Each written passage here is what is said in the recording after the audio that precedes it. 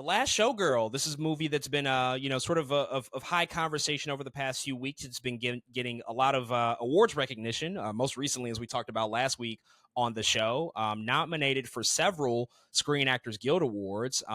It's sort of leading the way in terms of outstanding performance by a female actor for Pamela Anderson, but also Jamie Lee Curtis is being recognized as a supporting role in this movie. But even in addition to the awards conversation and it's sort of bubbling up and gaining momentum in that respect, Pamela Anderson has been somewhat on a comeback tour in the past couple of years. She's made a return to Hmm. acting in a pretty big way. Last year, one of the things that we talked about on the show was her documentary that premiered on Netflix called Pamela: A Love Story, something that we actually saw at the Netflix owned Paris Theater here in New York. She was there, spoke about the movie, a very real and sort of raw look at her life and just sort of her stature as a celebrity, as an icon, but also just kind of peeling Hmm. away a lot of those misconceptions, and really, I think, unpacking who she is as a person and some of the things that she's dealt with, and just some of the, I guess, the injustices that have been done to her, because she was also kind of the subject of controversy when the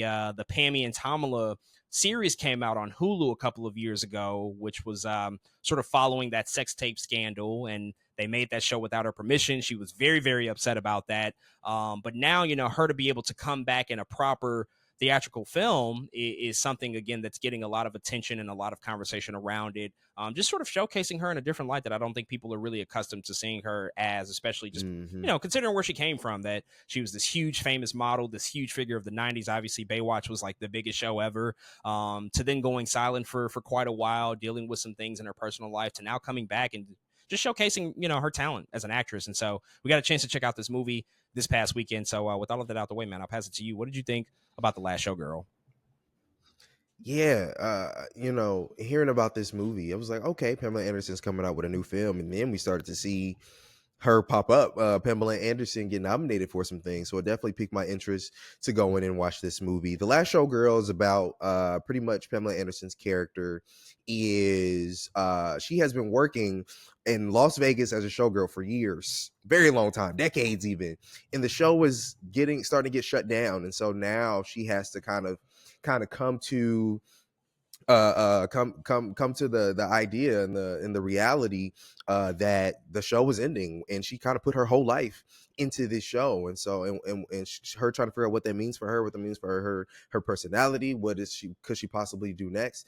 And after watching it, man, it's an okay movie. It's fine. I think it has a lot of good ideas in it. I think Pamela Anderson is really good in it. I like her performance, but the movie just kind of ends, and it was the weirdest thing to me because I feel like they set up so many different ideas and storylines and all of these things, and then it was just like, yeah, movie over. And I was like, wait, what? It almost feels like an hour of the movie is missing to me. Like there's like nothing kind of being tied up per se, and maybe people find solace in that. Maybe people think that's good. Maybe people think, I don't know, like it's supposed to end that way, but not me. I was looking for, I think, a little bit more of a film, some more meat and potatoes, I think, to hold on to, and some of those storylines to I want to see a lot of those storylines through, especially because Pamela Anderson was giving a pretty heartfelt performance that I enjoyed. There's a couple notes in there I was like, ooh, that were a little weird, but I think for the most part, it was a fine movie. I think I was just looking for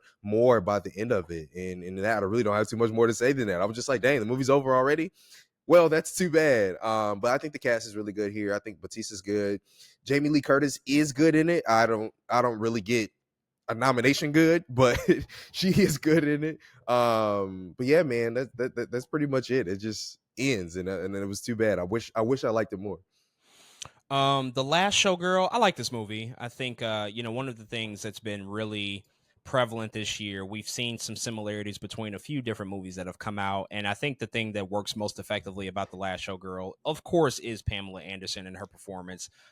She's really, really good in it, and I think the element of it that works the best and works the most is just knowing her contextually and knowing her career and where she's come from to where she is now, and how that relates to the role of what she's playing here. Because I think for such a long time, especially in the 90s, really kind of at the height of her fame, people viewed her as a sex symbol. She's an extremely Hmm. beautiful woman. She was hugely sought after and very, very much in the limelight for her looks.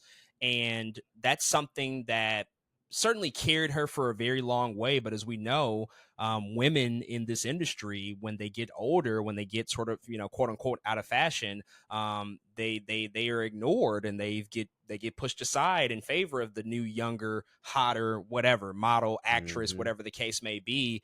And that's exactly what the character is dealing with in this movie. We see her well past her prime years, sort of at Yeah. the end of her career, trying to find a new purpose in life and trying to latch on to what's the next big thing going to be, because this has been my identity.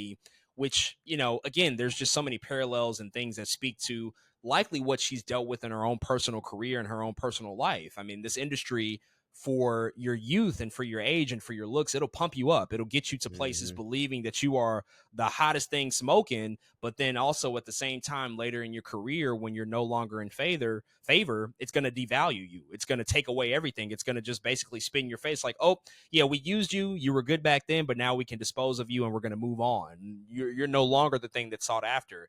It's very similar to The Substance in that way. There's actually Hmm. a lot of parallels between what Pamela Anderson is doing here and For what sure. Demi Moore does in The Substance. I think they're very, very akin to each other in that way. And I think that that's a really effective thing. We're just looking at it from a bit of a different, sort of more realistic, grounded approach here, because it does take place in Vegas. It is a period piece, following this show, that's sort of on its last legs. But yeah, it's about those final days. It's just about the end of an era, and also to see like these other younger actresses that she can work opposite of, like Kieran and Shipka and Brenda Song, who I haven't seen in a Hmm. while. A long time. That Yeah. was like a really, really cool element too, just to showcase that difference between these two generations. And so that stuff was good to me. All the performances showed up really, really good. Like you said, Jamie Lee Curtis and Dave Bautista, like them in particular, and also Gia Coppola, for this to be, I think one of her earlier efforts, to be coming Hmm. from obviously a long lineage and a long legacy of an extremely successful family in Hollywood, being a part of the Coppola family, being the granddaughter of Francis Ford Coppola. Very, very optimistic about, the future of her career. I think that this is actually her third feature film.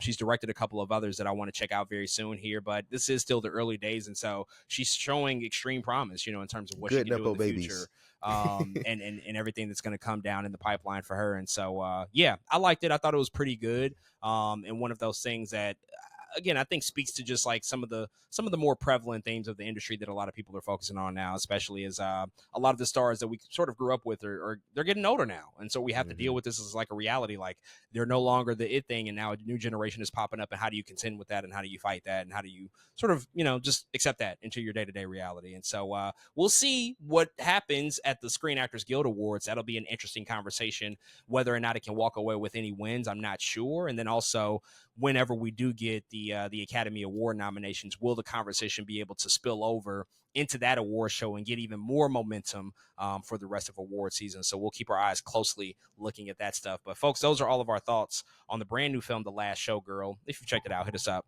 and let us know what you think.